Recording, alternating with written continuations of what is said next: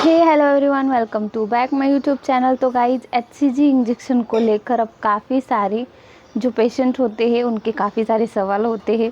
अब कई लोग ये भी मान लेते हैं कि प्रेगनेंसी जो आपको कंसीव होती है वो क्या एचसीजी इंजेक्शन से होती है, और एचसीजी इंजेक्शन क्या आपको प्रेगनेंसी रुकने के लिए लगवाया जाता है। तो यही हम डिटेल में जानने वाले हैं। तो अगर आपका एचसीजी इंजेक्शन से जुड़ा कुछ भी सवाल है तो आप ये वीडियो कंप्लीट बिना स्किप किए देखिएगा ताकि आपका डाउट क्लियर हो जाए।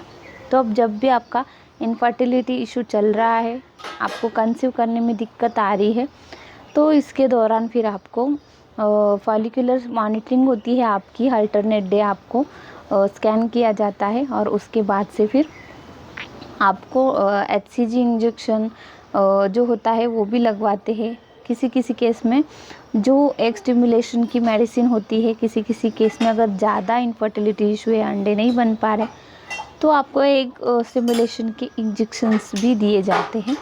आपकी प्रॉब्लम के अकॉर्डिंग आपको मेडिसिन या इंजेक्शन पावर वाइज दिए जाते हैं। तो इस तरीके से आपका स्टेप बाय स्टेप ट्रीटमेंट चलता है। जैसे ही फिर अंडे बनते हैं, मैच्योर होते हैं वो, फिर उसके बाद में अगर आपका अंडा अपने आप रप्चर नहीं हो रहा है तो उसको रप्चर करवाने के लिए आपको एचसीजी इंजेक्शन भी पावर के अकॉर्डिंग आता है, उस तरीके से लगवाया जाता है। एचसीजी इंजेक्शन लगवाने के बाद आपको जो आपका एग है वो रप्चर हो जाता है। वो तुरंत रप्चर नहीं हो जाता, उसके लिए टाइमिंग लगता है, क्योंकि उसका पावर एचसीजी का है जो लेट आपके बॉडी में इफ़ेक्ट करने लगता है और ज़्यादा लास्ट टाइम तक आपके बॉडी में उसका इफ़ेक्ट बना रहता है एचसीजी इंजेक्शन का। तो इसके लिए अब काफ़ी सारे लोगों का ये भी सवाल होता है कि एचसीजी इंजेक्शन के तुरंत बाद क्या एग रप्चर हो जाता है? तो नहीं होता है। एचसीजी इंजेक्शन लेने के बाद आपको 6 से 12 घंटे बाद ही उसका इफ़ेक्ट स्टार्ट होता है, एग रप्चर हो जाता है। तो उसके बाद ही आपको कंसीव होने के चांसेस होते हैं। अब कंसीव होने के चांसेस एचसीजी इंजेक्शन लगवाया है आपको इसके लिए नहीं होते।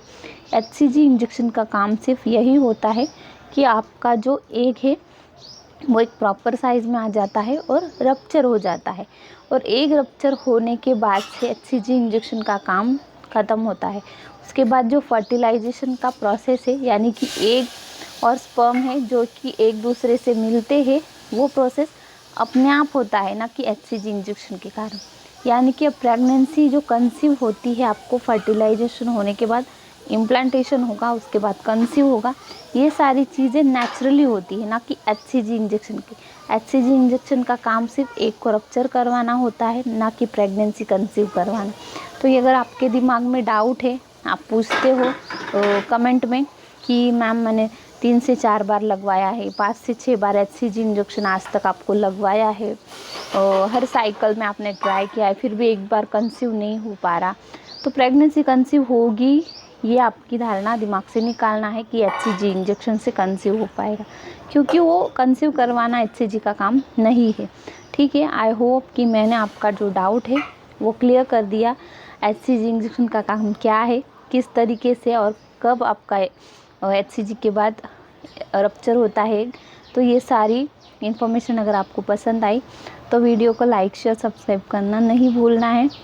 तो चलिए फिर मिलते हैं किसी नेक्स्ट इन्फॉर्मेशन को लेकर।